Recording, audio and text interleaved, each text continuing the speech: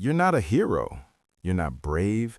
You're not doing this because you believe in justice or because you want to make the world a better place. You're doing this because you got caught. And the two federal agents sitting across from you just gave you a choice. Door number 1, 25 years in a federal penitentiary. No parole, no deal. Your face on the news, your family in ruins, your life over before you turn 35. Or door number 2. You work for them. You go back to the streets. You smile at the people who trust you. You shake hands with the people who call you family. And you record every single word they say. You become an informant, a snitch, a rat, the lowest word in every language on every corner of every city in the world. But also the most valuable person in the building right now. They slide a piece of paper across the table, a cooperation agreement. Your signature at the bottom means you walk out tonight. No charges, no record, no cell. All it costs is your soul. You pick up the pen, and your old life ends right here. Level 1, the recruitment. Let's rewind, because nobody wakes up one morning and decides to become a federal informant. There's always a story. There's always a moment where everything falls apart. Yours starts 6 months ago. You were mid-level, not a kingpin, not a street dealer, somewhere in between. You moved product, you handled cash, you knew enough names to be useful, but not enough to be important. You thought you were careful. You used burner phones, you never talked in cars, you kept your circle tight. But the feds had been watching you for 14 months. Wiretaps, surveillance photos, bank records. They knew where you ate breakfast. They knew what gym you went to. They knew about the storage unit in Jersey where you kept the cash. They knew everything. They were just waiting. And then, one Tuesday morning, you're pumping gas and 3 black SUVs box you in. Men in vests, guns drawn, badge in your face. Federal agents, don't move. You don't run, you don't fight. You just stand there with the gas pump still in your hand, watching your entire life collapse in real time. At the field office, they lay it all out. Photos, transcripts, dates, and amounts. They know more about your operation than you do. And then the lead agent leans forward and says the sentence that changes everything. We don't want you. We want the people above you. That's when you realize you're not the target. You are the tool. They want your supplier. They want the distribution network. They want the guy at the top who nobody can touch because nobody will talk. They want you to be the one who talks. Level 2, the agreement. The cooperation agreement is 14 pages long. Your lawyer reads it twice. He tells you it's standard. He tells you it's your best option. He tells you that people do this every day. What he doesn't tell you is what it actually means. It means you're going back out there. Same streets, same people, same life. But now you're wearing a wire. Now every conversation's being recorded. Now every handshake is evidence. The rules are simple. You don't tell anyone. Not your girlfriend, not your mother, not your best friend. Nobody. You check in with your handler every 48 hours. You provide names, dates, locations, and amounts. You build cases against the people you trust. In return, your charges disappear. You stay free. And when it's over, they help you start a new life. That's the deal. But here's what they don't put in the agreement. The part nobody talks about. The guilt, the paranoia, the moment you realize that every person you're smiling at is going to prison because of you. The sleepless nights, the drinking, the moment you look in the mirror and don't recognize the person staring back. They don't have a page for that. You sign anyway. Level 3, the first wire. Your handler's name is Agent Torres. She's calm, professional. She doesn't treat you like a criminal, which somehow makes it worse.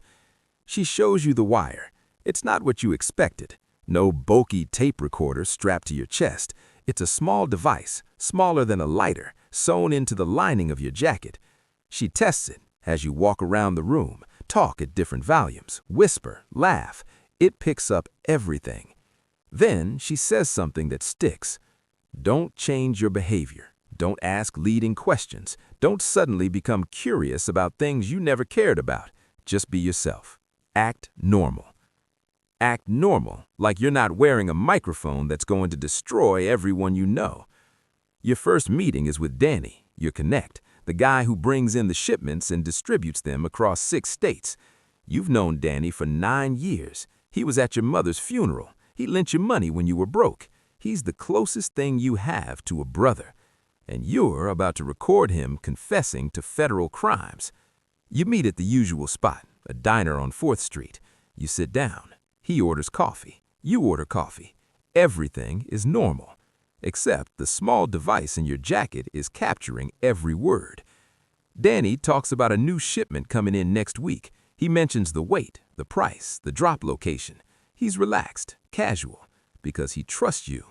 You nod, you laugh, you eat your eggs, and inside you feel something crack. Not break, not yet, just crack. You get in your car after and sit there for 20 minutes. You don't cry, you don't scream. You just sit there staring at the steering wheel, listening to yourself breathe. Agent Torres calls. Great work. The audio was clean. Same time next week. Great work. Like you just aced a job interview. Like you didn't just betray the only person who ever had your back. You drive home. You pour a drink, then another. This is your life now.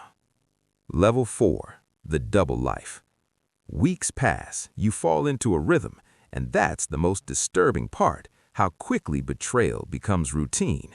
Monday, meet with Danny, record the conversation, drop the audio with Torres. Wednesday, meet with Alejandro, Danny's supplier. Bigger fish, more careful, harder to get talking, but you manage because you've known him for years and he has no reason to suspect you. Friday, check in with Torres, review the recordings, identify new targets, plan next steps. Saturday, go to a barbecue at Danny's house, play with his kids, eat his food, laugh at his jokes, and know that in 6 months his kids won't have a father. You're living 2 lives, and both of them are lies. The street version of you is the same guy everyone knows, loyal, solid, dependable, the guy who never talks to cops, the guy who would rather do 20 years than give up a name. The real version of you meets a federal agent in a parking garage twice a week and hands over recordings that will put your friends in cages. The gap between those 2 people grows wider every day, and you're standing in the middle, trying not to fall into it. You start losing weight. You can't eat. Your girlfriend asks what's wrong.